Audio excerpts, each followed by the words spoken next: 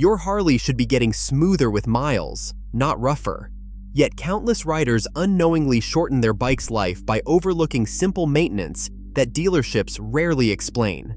Today, I'm sharing 15 proven fixes to reduce heat, eliminate vibration, improve shifting, and restore that solid, new bike feel. Stay until the end, because the final tip costs about $8 and is one of the most overlooked services on any Harley. Number 15. The air cleaner that's choking your torque. We're starting easy, because this one's hiding in plain sight. That stock air cleaner on most twin cams and Milwaukee 8s is a restriction. Harley builds them tight to pass sound and emissions testing, not to make power. The factory backing plate has small inlet openings, and the paper element behind it chokes airflow the second you actually ask the engine for anything above idle. Here's what that costs you. A big twin is an air pump. It wants to breathe. When intake is restricted, the ECM leans on the same fixed fuel map, but the cylinders can't fill properly, so you get soft mid-range, more heat, and that flat spot right when you roll on. Riders think they need a cam. They need to breathe. Pull the cover and look at your element. If it's a paper stalker and it's gray, you're done. But don't just drop in another paper filter. Go to a high-flow washable element, and if you're willing, an aftermarket intake with an open backing plate. The throttle response change is instant and it's not subtle. But here's the catch nobody mentions. More air with the stock fuel map makes you run leaner, and lean is where Harleys make their killing heat. That's the next problem. And then there is this one. Number 14. The lean tune baking your rear cylinder.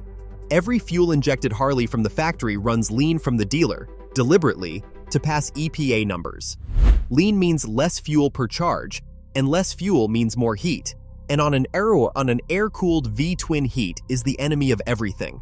The rear cylinder is the victim.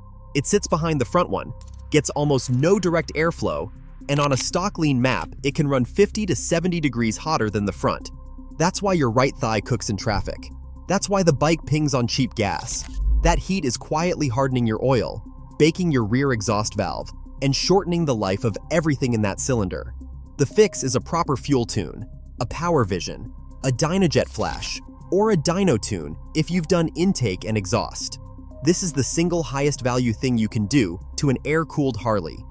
A correct air-fuel ratio pulls real temperature out of the engine, smooths the idle, kills the diesel pop, and makes the throttle feel connected. Do not run open intake and exhaust on a stock map. That's the fast lane to a scorched rear jug. The tune isn't a power mod. It's a longevity mod that happens to make power. And this next one explains everything. Number 13.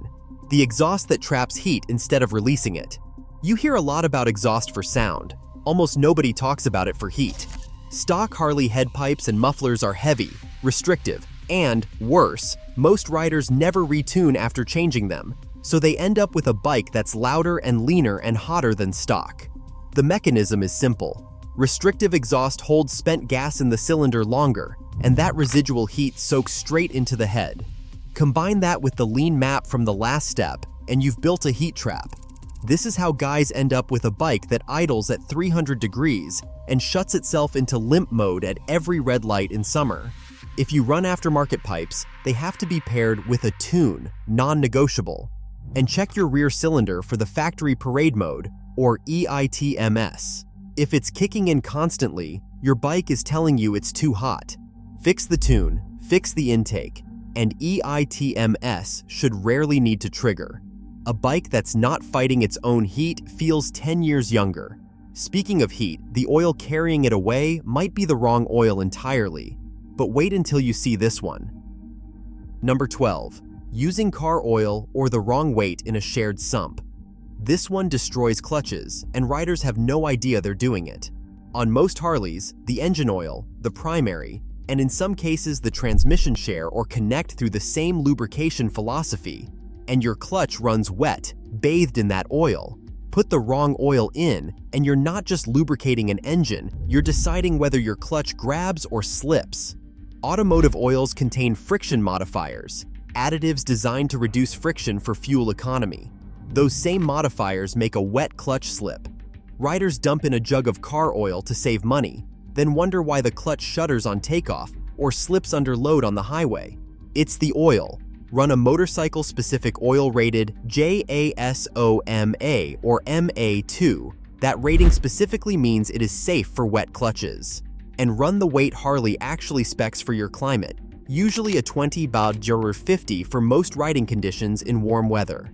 Air-cooled engines run hot and hold oil under real load, so a proper heavy motorcycle oil matters far more here than in a water-cooled car. Get the oil right and your clutch, your gears, and your cams all thank you at once. But that is nothing compared to this. Number 11. The primary chain. Nobody ever adjusts. Pop your primary cover, the outer case on the left side, and I would bet money most of you have never touched what's inside.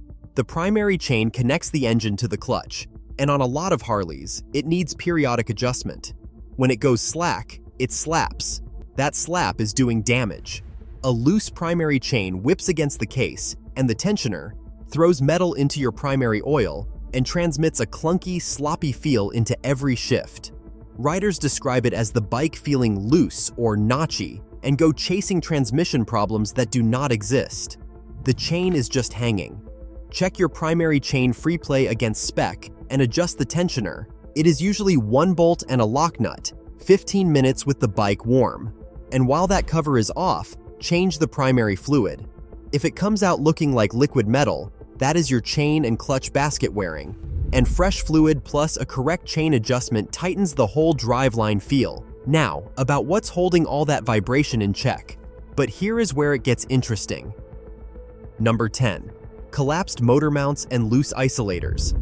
If your bike buzzes your bars numb at a stoplight but smooths out at speed, you don't have a balance problem. You have a mount problem. Harleys are famous for vibration, and the whole system for managing it depends on rubber that ages out. On the touring and softail platforms, the engine and drivetrain sit in mounts and stabilizer links designed to control that big V-twin shake. Over years, the rubber dries, cracks, and collapses. The stabilizer link up front, the one connecting the engine to the frame, is a classic culprit. When it's worn, the whole powertrain can rock, and that rock reaches you as a rattle at idle and a vague, hinged feeling in corners. Inspect the front stabilizer link and the mounts for cracking and play. Replacing a worn stabilizer link is a bolt-in job, and the difference in how planted the bike feels is dramatic. Riders swear they got a new frame. It goes from feeling worn out to feeling tight. But vibration isn't only about rubber. Sometimes it's coming loose from 100 bolts at once, but the next name on the list carries serious weight. Before we continue, everything in this video comes straight from Ride Longer, Spend Less, the complete motorcycle maintenance handbook. The full system, every step and every number we couldn't fit here. Scan the QR code on your screen to get your copy, and let's get back to it. Number 9. The Loctite, nobody reapplied. Here's a truth about a V-twin this size. It vibrates itself apart if you let it. That's not a defect. It's physics, and the factory knows it, which is why fasteners across the bike are torqued and thread-locked from new. The problem is, nobody rechecks them, and thread locker doesn't last forever. Every mile, that big inch twin is working every bolt on the bike loose. Foot controls, primary covers, exhaust flange bolts, derby covers, shifter linkage. They back out slowly, and one day you've got a rattle you can't find, an exhaust leak that's leaning out a cylinder, or a foot peg that's about to fold. Do a full fastener check. Get the torque specs for your model, work around the bike, and re-torque the safety-critical stuff: axle pinch bolts, caliper bolts, exhaust flanges, and foot controls. Anything that vibrated loose gets fresh thread locker. This is an afternoon that makes a rattly bike feel solid and a loose bike feel safe. And one specific loose bolt causes more grief than all the rest. It's leaking exhaust. But the next entry challenges everything we just discussed. Number 8. The exhaust flange leak, leaning out your front cylinder. This one's sneaky because it mimics a tuning problem. The exhaust flanges where the head pipes bolt to the cylinder, heads use a graphite gasket and a retaining ring, and they loosen with heat cycling. When they leak, you get a ticking on cold start that fades as it warms, and a lean condition the tune can't fix. Here's why it matters beyond the noise. That leak pulls unmetered air into the exhaust stream, which throws off your oxygen sensor readings, which makes the ECM add or pull fuel incorrectly. So the front cylinder runs off, you get popping and stumble, and you chase it with tuning software when the actual problem is a $2 gasket and a loose ring.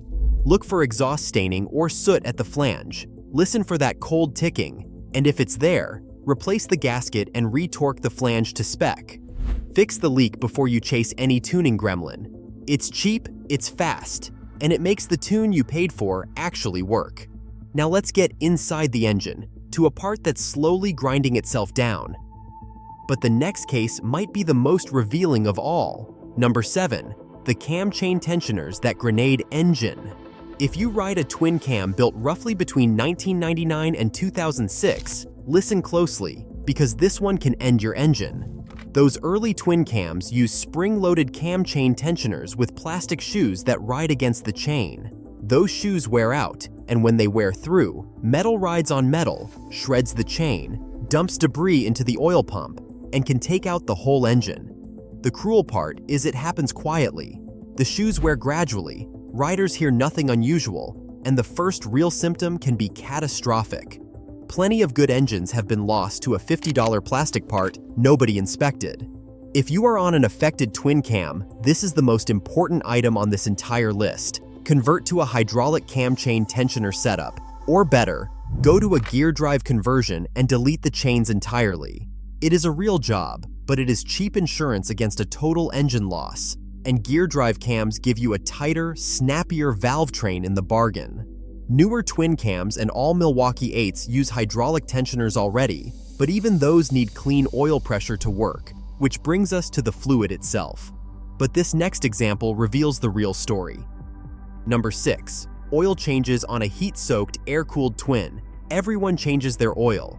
Almost nobody changes it often enough for how an air-cooled Harley actually lives. A water-cooled car holds a steady temperature. Your air-cooled twin swings from cold to blazing, sits in traffic soaking heat with no fan, and cooks its oil far harder than any car engine. Heat is what kills oil. It shears the viscosity down, burns off the additives, and lets the oil oxidize into varnish and sludge that coats your cam bearings and clogs the tight oil passages up in the heads. On a hot-running V-twin, oil that would be fine in a car at 7,500 miles is exhausted well before then. Change your oil and filter more aggressively than the manual suggests if you ride hard, ride hot, or ride short trips, and run a quality synthetic that can take the heat. And change all 3 holes if your model has them: engine, primary, and transmission. Fresh oil in an air-cooled engine isn't maintenance, it's survival.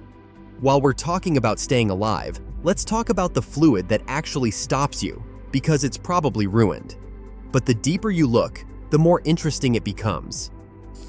Number 5. Brake fluid. That's absorbed 2 years of water. Grab a flashlight and look in your brake fluid reservoirs. If that fluid is dark, brown, amber, anything but near clear, it's contaminated. And on a heavy touring Harley, that's a genuine safety problem, not just a maintenance note.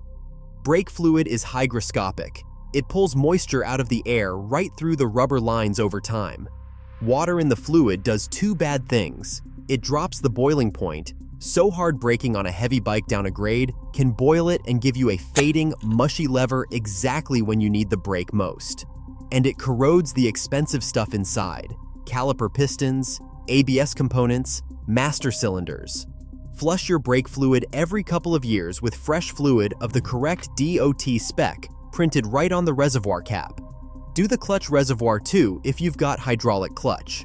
A proper flush gives you back a firm lever and the confidence to actually use the brakes on an 800-pound machine. Solid brakes. Good. Now let's fix why the bike feels nervous in a corner. But the next position belongs to a true classic. Number 4.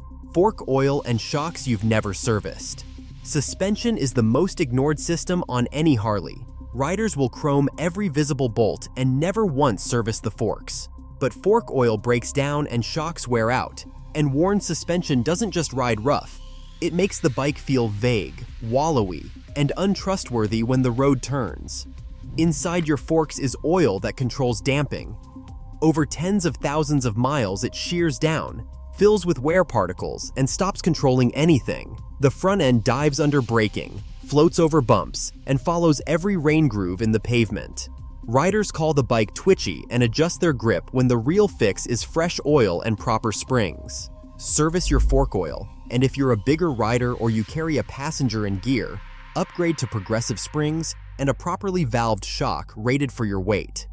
The transformation in how planted and confident the bike feels through a corner is the single most underrated upgrade on this list.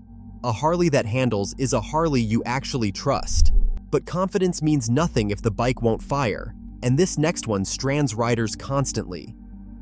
And the next entry might surprise a lot of people. Number 3. The corroded battery and ground that fakes a dead bike. Harleys are hard on batteries and brutal on ground connections, and a huge number of "my bike won't start" and "it's running weird" problems come down to dirty terminals and a bad ground, not the pricey parts riders replace first. Here's what happens. Vibration and weather attack the battery terminals and the main ground strap where it bolts to the engine or frame. Corrosion builds up, resistance climbs, and now voltage sags every time you crank or load the system. On a fuel-injected bike, that voltage drop confuses the ECM, you get rough running, weird electrical gremlins, hard starting, and riders throw money at a starter or a stator when the real culprit is a green crusty terminal.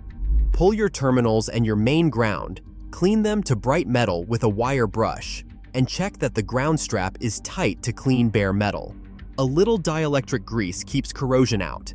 5 minutes and you have cured electrical problems that send other riders to the dealer with their wallet open. Clean power, solid ground. Now the fuel side has one last trap. Moving forward, we arrive at another unexpected contender. Number 2. Ethanol fuel rotting your system while it sits. Modern pump gas is cut with ethanol, and ethanol is quietly hostile to a motorcycle, especially one that sits between rides, which most Harleys do.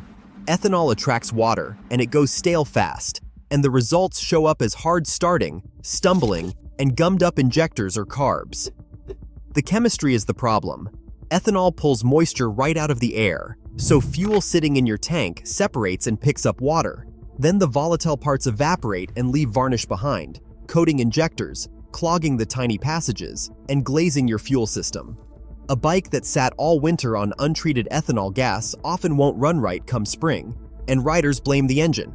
Run a quality fuel with a stabilizer if the bike's going to sit more than a few weeks. Keep the tank full over storage to cut down the airspace that breeds condensation, and run a good injector cleaning additive periodically to keep the spray pattern sharp.